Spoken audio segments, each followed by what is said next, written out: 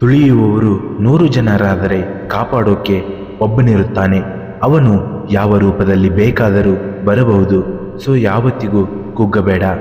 ನಿನ್ನ ಜೇಬು ತುಂಬಿದ್ದರೆ 100 ಚಟವನ್ನು ಕಲಿಸುತ್ತದೆ, ಆದರೆ ಖಾಲಿ ಜೇಬು ಜೀವನದ 100 ಪಾಠ ಕಲಿಸುತ್ತದೆ.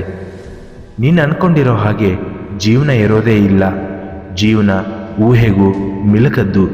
ಜೀವನದಲ್ಲಿ ನಮಗೆ ಎಂಥದ್ದೇ ಸಮಸ್ಯೆ ಬಂದರೂ ನಾವು ಸಲೀಸಾಗಿ ಸಮಯಕ್ಕೆ ಹೊಂದಿಕೊಳ್ಳಬೇಕು. ಕಷ್ಟ ಮತ್ತು ಸಮಸ್ಯೆಗಳಿಗೆ 2 ಔಷಧಿ, ಒಂದು ದುಡಿಮೆ, ಇನ್ನೊಂದು ತಾಳ್ಮೆ. ನಿನ್ನ ತೊಂದರೆಗಳಿಗೆ 100 ಕಾರಣಗಳಾಗಿರಬಹುದು, ಆದರೆ ಇವೆರಡು ಕಾರಣ ನಿನ್ನ ಜೀವನದಲ್ಲಿ ಇದ್ದೇ ಇರುತ್ತೆ. ಮೊದಲನೆಯದು ಕೆಟ್ಟವರ ಮೇಲೆ ನಂಬಿಕೆ ಇಡುವುದು. ಎರಡನೆಯದು ಒಳ್ಳೆಯವರ ಮೇಲೆ ಪದೇ ಪದೇ ಸಂಶಯ ಪಡುವುದು. ನೀವು ಆಸೆ ಪಟ್ಟಿದ್ದು ಸಿಗಲಿಲ್ಲ ಅಂತ ಕೊರಗಬೇಡಿ. ಏಕೆಂದರೆ ನೀವು ಆರಾಧಿಸುವ ಭಗವಂತ ನೀವು ಆಸೆ ಪಟ್ಟಿರುವುದಕ್ಕಿಂತ ಸುಂದರವಾದ ಜೀವನ ಕೊಡಲು ಸದಾ ಯೋಚಿಸುತ್ತಾ ಇರುತ್ತಾನೆ. ಏನಾಗುತ್ತೋ ಏನೋ ಎಂದು ಯೋಚಿಸುತ್ತಾ ಕುಳಿತರೆ ಏನೂ ಆಗುವುದಿಲ್ಲ. ನಿನ್ನ ಪ್ರಯತ್ನ ನಿರಂತರವಾಗಿರಬೇಕು. ಅತಿಯಾಗಿ ಯೋಚಿಸುವುದನ್ನು ಬಿಟ್ಟು ಬಿಡಬೇಕು. ಜೀವನದಲ್ಲಿ ಏನಾಗುತ್ತೋ ಆಗಲಿ, ಬಂದದ್ದನ್ನು ಎದುರಿಸಲು ಸಿದ್ಧರಾಗಿ. ನಿಮ್ಮ ಮನಸ್ಸು ನೋವಿನಿಂದ ಕೂಡಿದಾಗ ನಿಮ್ಮ ಮುಖದಲ್ಲಿ ಸದಾ ನಗುವನ್ನು ಬಯಸುವ ವ್ಯಕ್ತಿಗಳೊಡನೆ ಸಮಯ ಕಳೆಯಿರಿ.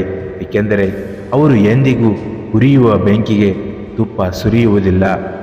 ಬದುಕು ಕರೆದುಕೊಂಡು ಹೋದ ಕಡೆ ನೀವು ಹೋಗದೆ, ನೀವು ಹೋದ ಕಡೆ ಬದುಕನ್ನು ಕರೆದುಕೊಂಡು ಹೋಗುವುದು ಜಾಣತನ. ನಡೆದಷ್ಟು ದಾರಿ ಇದೆ, ಪಡೆದಷ್ಟು ಭಾಗ್ಯ ಇದೆ ಎಂಬುದೇ ಜಗತ್ತು ನಮಗೆ ನೀಡುವ ಸಂದೇಶ. ನಮಗೆ ಅತಿಯಾದ ನೋವು ಕೊಟ್ಟವರೇ ನಮ್ಮ ಜೀವನದ ಮಾರ್ಗದರ್ಶಕರಾಗುತ್ತಾರೆ. ನಂಬಿಸಿ ಮೋಸ ಮಾಡಿದವರೇ ನಮಗೆ ಗುರುಗಳಾಗುತ್ತಾರೆ. ಕಷ್ಟ ಕೊಟ್ಟವರೇ ನಮಗೆ ಹಿತೈಷಿಗಳಾಗುತ್ತಾರೆ.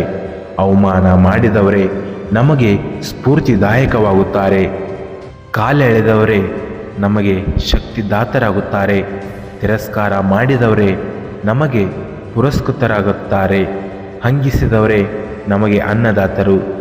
ದೂರು ತಳ್ಳಿದವರೇ ನಮಗೆ ಬಂಧುಗಳು ಆಗುತ್ತಾರೆ. ಎಲ್ಲರೂ ಮಿಗಿಲಾಗಿ ನಮಗೆ ಪ್ರೀತಿ ಕೊಟ್ಟವರೇ ನಮ್ಮ ದೇವರುಗಳು. ಹಾಗಾಗಿ ಈ ಜಗತ್ತಿನಲ್ಲಿ ನಮಗೆ ಯಾರೂ ಶತ್ರುಗಳಿಲ್ಲ.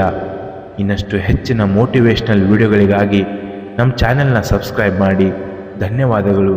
ಜೈ ಹಿಂದ್, ಜೈ ಕರ್ನಾಟಕ ಮಾತೆ.